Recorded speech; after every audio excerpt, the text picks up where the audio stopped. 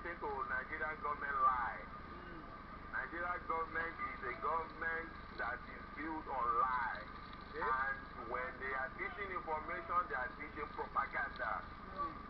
Nigerians that truly feel that they believe could have, if they sit down and analyze Nigerian government, then all the giving birth to them, and they are in that age.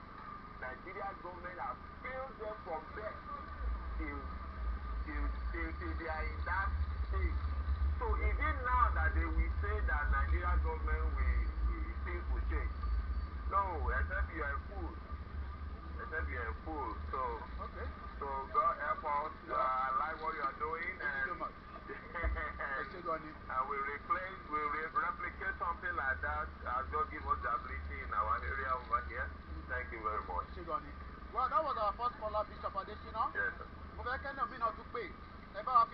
Studio number one. This is going to be live. We are live on the London King's Cross, a very busy place. We have another caller. We are live on Koiki Media. Ní láti dárúkọ tẹ́ bá fi dárúkọ ní láti sọ bí tẹ́tí ń pè wá. Akọ̀ ní the contribution yín kó má dàbí pé èmi nìkan ni mò ń sọ̀rọ̀. Ẹgbọ́n sókè sàmúgbádùn yín. Ẹ máa wá bá wa gbóhùn yẹn sókè dáadáa ká lè bá gbọ́ ẹ̀rọ pé bàlá wà. À ń gbọ́ yín sà. Okay. Ẹkúnṣẹ́ náà ta ọ ẹ̀sìn ìjọba àárín ìṣó. Ṣé ẹ tún ti gbọ́ nǹkan bí Nàìjíríà bá máa tó bá máa dá ìyà tó máa jẹ àwọn èèyàn kò ní ṣe kó. Ẹ ti gbọ́ nǹkan tán ní àwọn sẹ́nítọ̀ yẹn tán tó ń béèrè ní wọ́n náà ń béèrè fún 200 million náà ń béèrè wọ́n ní kí Tinubu sign fún 200 million car fún sẹ́nítọ̀ kọ̀ọ̀kan fáwọn àwọn representative ẹ mọyì wọn tán wà bẹ́ẹ̀ àtúwá jẹ́ billions táwọn èèyàn jẹun ìdí ń pa àwọn èèyàn kẹrin pé wọ́n ti já wọ́n fẹ́ ba ìlú yẹn wọ́n fẹ́ dojú ẹ̀ kó tó pátápátá. So kí lẹ rò pé ó lè ṣẹlẹ̀ kí la lè ṣe sísà? A máa pariwo ó yẹ ká pariwo síta fún Tinubu ní pé kó mọ̀ sáyẹn kìíní yẹn orí ìyá yẹn tó máa le sí.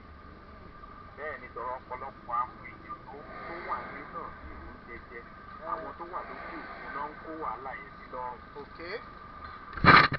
wà lókè òkun náà ń kó wàhálà yẹn sí lọ́rùn. Ṣé mọ̀ pé ìṣẹ́ni tán máa fi láti lé ní tí ò ní sẹ́yìn owó sílé. Bẹ́ẹ̀ni sà. Àwọn kan náà ti béèrè fún 200 million naira Mercedes Benz fún latest one náà tó wá tó fẹ́ máa gùn. Mercedes Benz táwọn yóò ní jẹun. Ìjọba ń fẹ́ ní 100 billion. Ìjọba náà tún ṣe ní sọ́fẹ́ sí ń tèmi yẹn. Rí pé a ti wọ ọgà òní ìsìn. Kí ló dé tí ìlú wa ò lè rí sí eléyìí? Kí ló dé tí ìlú wa ò lè rí sí eléyìí? Kí lẹ rò pé go wrong? Kí lẹ rò pé go wrong? Ẹ jẹ́ ká ẹ fún wa ní òye tọ̀dọ̀ ti sà. Kí lẹ rò pé go wrong tí àìtí lè dé stage tó ó ti pẹ́ jù la nǹkan tá à ń béèrè fún ni àbí báwo àbí Nàìjíríà ò ní irú owó tó yẹ kó lè fi fún wa nírú development báyìí. Ìmọ̀tara ẹni nìkan ni ìṣèbára ẹ̀ náà ní 200 million tá à ń sọ yìí tó ń béèrè fún yìí. Ìmọ̀tara ẹni nìkan tó bá lè bàjẹ́ kó bàjẹ́ nǹkan tó ń tó lé lórí ni. Ìmọ̀tara ẹni nìkan gbogbo wọn ń láìkè anything tó bá ti lè kó níbẹ̀ wọ́n ṣàkó. Bẹ́ẹ̀ ṣe lọ kọ́ba iṣẹ́ títí á ní ìjọ yẹn. Bẹ́ẹ̀ni sà. Ẹ ṣáà rí nǹkan tó ṣe. Ó wá fi owó yẹn ó wá ná owó yẹn ń bì. So òun ṣòun nìkan àti accomplice àlùkò tó lòun jẹ wọ́n jọ jí owó ẹni pé èèyàn tó ń láti jọ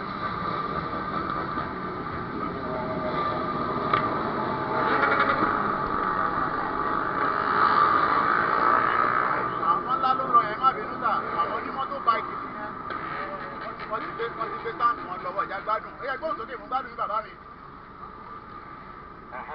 So ìmọ̀tara ẹni nìkan ni tó ń jọ̀wọ́ la fẹ́ kúrò nínú gbogbo ọ̀rọ̀ yìí. Ẹ wo Lagos mass transit ní railway blue line wọ́n ṣẹ̀ṣẹ̀ ń celebrate ní tó ti ká ti ní tipẹ́tipẹ́. Ẹ wò wọ́n ṣẹ̀ṣẹ̀ ń celebrate ẹ̀ nísìn. Òun náà wọ́n tún pàtó tún délẹ̀ tán tó tún rán.